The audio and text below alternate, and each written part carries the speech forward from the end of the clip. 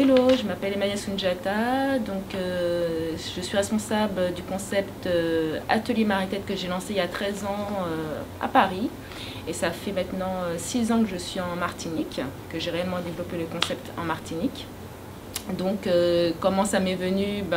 Tout simplement parce que je trouvais cela intéressant et puis surtout joli. En tant que femme, je trouvais ça joli en fait de voir d'autres femmes se nouer la tête, et notamment les femmes issues de ma diaspora, parce que si on regarde bien, c'est souvent les femmes afro-caribéennes, africaines en fait, qui ont le réflexe de s'attacher la tête, et je trouvais ça non seulement intéressant, mais comme je vous l'ai dit, très esthétique. Et donc naturellement, moi qui ai toujours été très friand de mode et d'accessoires, j'ai commencé à le porter moi-même, parce qu'à l'époque j'avais les locks. Et il fallait que je trouve une manière de pouvoir me coiffer, parce que je suivais parallèlement des études de droit. Et c'est comme ça que j'ai réellement adopté l'art de nouer le turban. Mais c'était pas pour l'instant, je l'appelais pas pour l'instant Marie-Tête. Marie-Tête est venue, l'appellation Marie-Tête est venue après. Pour moi, c'était d'abord la pratique de s'attacher la tête. Et quand j'ai lancé le concept Atelier Marie-Tête, en fait, c'est ma mère qui est antillaise, qui m'a dit qu'en fait, aux Antilles, on appelle cette pratique-là, le fait de s'attacher la tête, le Marie-Tête.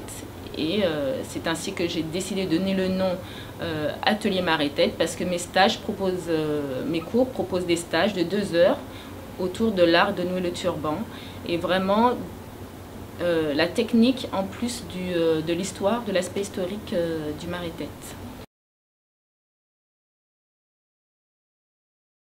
Ce qui me plaît à travers les stages Atelier Marie-Tête, c'est de pouvoir rencontrer d'autres personnes issues comme moi de la diaspora qui s'y intéressent, qui pour la plupart ignorent le côté historique du Marie-Tête, parce qu'il y a une histoire particulière aux Antilles autour du Marie-Tête. Contrairement à l'Afrique, où en fait en Afrique on a toujours eu ce drapé, ce réflexe de s'attacher la tête, et aux Antilles c'est une loi, c'est la loi Tignon qui est apparue en 1786. Donc c'est une époque où il y avait encore quelques colonies, mais il y avait également des Noirs qui étaient affranchis, qu'on appelait soit des Noirs affranchis, ou sinon c'était des métis à l'époque qu'on disait mestives. En fait c'est l'équivalent de la mulâtresse. Voilà, parce qu'en fait, la mulâtresse, c'est quelqu'un du pays, alors que métis, généralement, ça suppose que c'est quelqu'un qui est issu de quelqu'un du pays avec quelqu'un qui sort de l'extérieur du pays. Alors là, c'est 2 personnes, 2 couleurs différentes du pays, et donc on appelle cela la mulâtresse. Donc généralement, c'était ces deux types de catégories de personnes, donc la noire affranchie ou la mulâtresse qui était libre. Mais c'était une liberté un peu limitée, quoi. Elles n'avaient pas le droit de s'exprimer comme était le cas pour les femmes issues de la classe dirigeante de l'époque, les femmes blanches. Et c'est ainsi qu'en fait ces femmes-là se faisaient pour la plupart entretenir. En fait, c'était des courtisanes.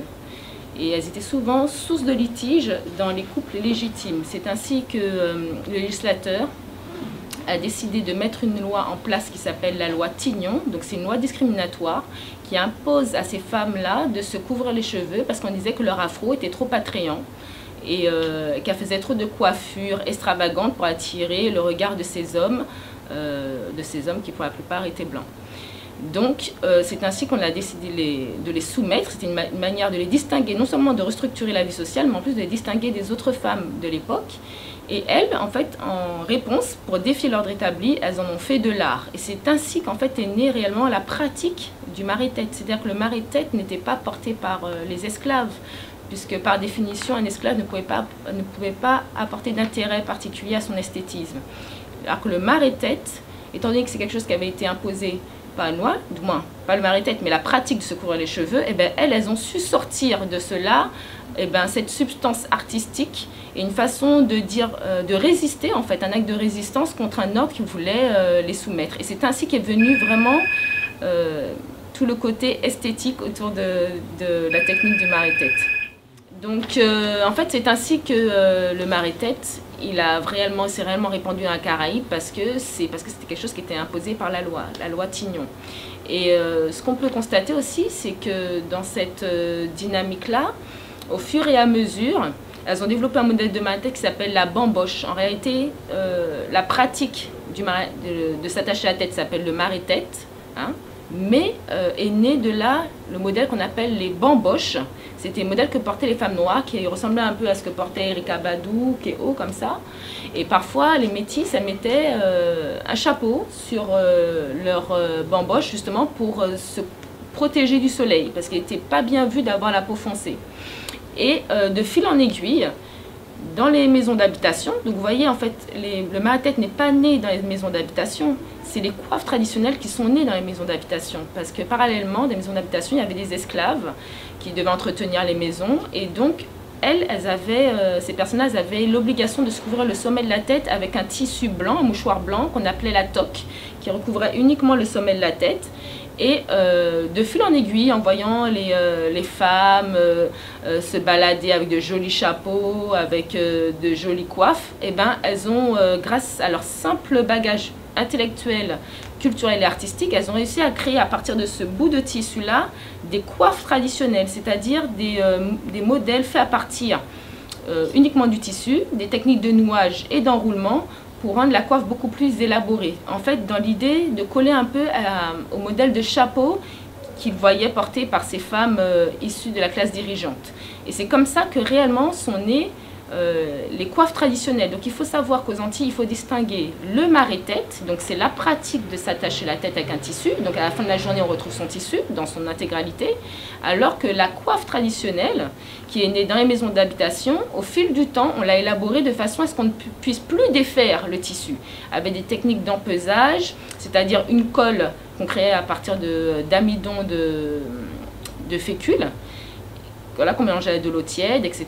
Ça donnait une colle et en fait on arrivait à coller le tissu pour qu'une fois que le tissu est figé, on puisse l'enlever, le remettre à sa guise. Donc en fait le tissu là, on ne pouvait pas le retrouver à la fin de sa journée, on avait un chapeau. Et c'était ça en fait, c'est ça l'ingéniosité en fait de l'histoire de la Caraïbe, c'est que ces esclaves qui ont été déportés du continent africain, qui sont arrivés sur les grands continents, nus, parce que la nudité c'était le premier moyen d'asservir un homme, et ben, qui étaient vendus aux colons, à qui on donnait 2-3 morceaux de tissu avec lesquels ils s'habillaient, et ben, à partir de rien, uniquement de leur intelligence, de ce qu'ils avaient pu captiver et garder au fond d'eux de l'Afrique, ils ont réussi à créer avec tout ce métissage, cette rencontre avec les Européens, les Indiens, etc., une nouvelle culture, la Caraïbe. Et c'est comme ça qu'est née en fait la cuisine, la musique, les costumes et le marée-tête. Donc tout ça fait partie en fait de ce qu'on appelle les arts miraculeuses de la créativité qui a été développé par Aimé Césaire. Voilà. Oui, moi je pense que le marée-tête c'est quelque chose de très positif parce que ça a permis aux femmes de l'époque, aux femmes noires de l'époque de revendiquer leur droit d'exister, de faire valoir qu'elles sont des êtres humains comme toutes les autres. Donc en fait on était déjà dans un combat des droits des femmes, hein, puisque c'était une manière pour elles de faire valoir leur existence humaine tout simplement. Et je trouve qu'à travers le marée-tête qui est devenu aujourd'hui quelque chose qui est reconnu comme de l'art, et bien c'est aussi mettre l'accent sur ces femmes qui ont lutté à leur manière pour qu'aujourd'hui qu'on soit reconnu comme tout être humain est né libre et égaux. Et je trouve que c'est un joli combat, sans violence, mais avec beaucoup d'intelligence. Et aujourd'hui, quand les femmes portent le marée-tête, et ben, tout de suite, ça redresse son port de tête. Tout de suite, il y a une identité, il y a une fierté qui se met en place. Et ça ne peut pas être négatif, mais bien au contraire, et nous ouvrir sur d'autres horizons, puisque le marée-tête a permis que d'autres femmes européennes, aujourd'hui, moi, quand je propose mes ateliers, il y a des femmes de toutes les régions du monde qui viennent y participer. Et malgré que ce soit né dans les traces du gouffre, j'entends par là de l'esclavage, de la colonisation, et bien c'est quelque chose qui est apprécié et pour sa juste valeur, avec tout son respect. Donc en fait le marée-tête, donc l'art de s'attacher à la tête, c'est une technique qu'on retrouve dans différentes civilisations. Hein, il n'y a pas que dans la Caraïbe, l'Afrique, il y a également les Indes, il y a aussi en Europe, ils ont cette technique, cette pratique de s'attacher à la tête, il y a aussi l'Asie. Mais c'est vrai que s'il faut parler réellement de la particularité du marée-tête, c'est-à-dire le fait de vouloir coller à une idée de chapeau. Non, c'est pas du tout d'inspiration, c'est pas du tout en fait pris dans la culture uniquement africaine. C'est ça la particularité de la Caraïbe, c'est qu'en fait ça s'est inspiré de toutes ces aux confluences du monde, avec toutes ces personnes qui sont entrées et sorties de ce continent qu'on appelle la Caraïbe. Chacun a apporté ses influences. Et donc le Maritette, c'est un condensé de toutes ses origines. Donc on retrouve des inspirations de l'Europe, de l'Afrique, des Caraïbes aussi. Et puis tout ça a donné naissance. Les gens aussi qui étaient réellement qui ont vécu dans le pays, ils ont eux-mêmes, grâce à toutes ces influences-là, créé leur propre modèle. Donc la pratique du Maritette, on la retrouve dans différentes régions du monde. La pratique s'attache à la tête, mais le Maritette est spécifique aux Antilles. Donc c'est-à-dire la Martinique et la Guadeloupe. Il faut savoir aussi qu'il y a beaucoup... ce qui est important, c'est quand on fait un stylisme autour du Maritette, il est important de tenir compte de la forme du visage du modèle et puis aussi de la couleur de peau de ce modèle pour pouvoir choisir de manière pertinente le choix de la couleur du turban et puis la forme aussi qu'on va donner au style du Maritette. Il ne s'agit pas de prendre un tissu et puis de nouer. Non, non, il y a vraiment une recherche d'esthétisme comme la coiffure.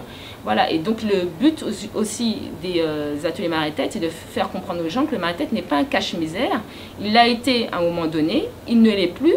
Pour cause, il y a de réelles techniques et qu'il est temps de valoriser ces techniques parce que c'est des femmes qui avaient un savoir-faire inimaginable pour, à partir de rien, créer quelque chose d'aussi élégant qui puisse ajouter une touche de personnalité et d'originalité à une tenue.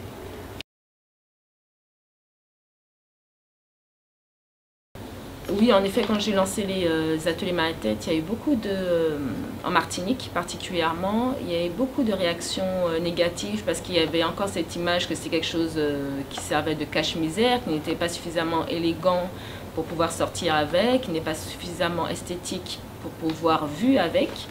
Et donc, c'est vrai qu'il a fallu, ça m'a obligée en fait à vraiment me pencher sur l'aspect historique pour que les gens, à travers l'histoire, prennent conscience de sa valeur. Et puis, dans un second temps, travailler vraiment sur un stylisme élaboré, de façon à ce qu'il convienne à tous les visages, toutes les formes de visage, et qui soit aussi quelque part neutre, vous voyez. Donc en fonction de la personnalité de la personne, et ben, ça va coller. Et notamment le modèle que je porte actuellement, c'est un modèle que j'ai créé qui s'appelle le modèle à fleurs, qui est beaucoup apprécié par beaucoup de femmes parce que c'est un modèle qui n'est pas trop haut, qui est girly parce qu'il y a l'idée de fleurs, et puis qui est simple à réaliser parce que les ateliers Maritette proposent des techniques simple et astucieuse. Alors c'est vrai qu'il faut après répéter les mouvements à la maison, mais l'idée c'est vraiment ça, d'avoir des techniques simples et astucieuses pour pouvoir réaliser tranquillement son Maritette à la maison. Et donc c'est vrai qu'aux Antilles ça a été beaucoup méprisé, j'ai eu beaucoup de mal, j'ai même eu des moqueries au départ des journalistes concernant les ateliers Maritette. Et puis de fil en aiguille, avec le mouvement du cheveu naturel, c'est vrai que ça a donné un engouement. Ça a donné un intérêt en plus pour le Maritette parce qu'une fois que les femmes ont leurs cheveux naturels, elles cherchent à sublimer leur afro, leurs cheveux naturels, et donc le Maritette s'est mis là comme une évidence. Et donc avec le travail que j'avais déjà poussé, créé, développé, et ben, ça a vraiment donné un coup de boost au Maritette, et tant mieux, tant mieux. Alors, on peut commencer le Maritette à partir de l'adolescence, 12 ans, à partir du moment où on sait tenir un tissu et puis qu'on aime ça, ben oui, c'est ouvert à tous, donc je dirais 12 ans jusqu'à 77 ans. D'ailleurs, je propose aussi des ateliers Maritette pour les femmes qui sont en chimiothérapie, qui sont atteintes de maladies pour lesquelles à la suite desquelles elles perdent leurs cheveux. Et ça leur permet justement de rester féminine, élégante, originale, sans stigmatiser spécialement sur la maladie. Donc toute personne qui aime, qui est intéressée, j'ai déjà même eu des hommes aussi qui viennent pour s'attacher la tête. Voilà.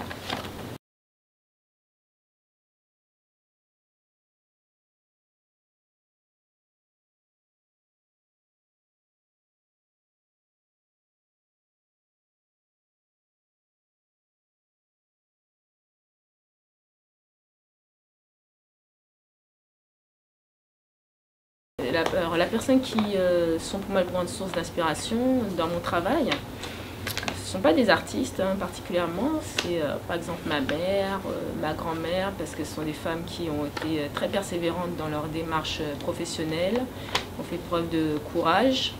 Et je pense que quelle que soit la voie qu'on choisit, il est important d'avoir ces valeurs-là. Il faut savoir persévérer, être courageux et puis toujours se renouveler. Voilà. Donc, de par mon travail, étant donné que je suis la seule en fait à faire cette spécialité-là marais-tête, je n'ai pas réellement d'artiste de référence, même si c'est vrai qu'il y a des artistes dont j'aime bien l'univers, par exemple Basquiat. Je trouve que son univers est riche, en même temps empreint de culture urbaine et afro. Donc ça m'amène un peu moi aussi à voyager dans cet univers-là. Mais de manière générale, c'est les gens qui sont à mes côtés tous les jours, donc ma mère et puis ma grand-mère qui m'inspirent pour me faire persévérer et continuer dans mon travail, dans ma passion.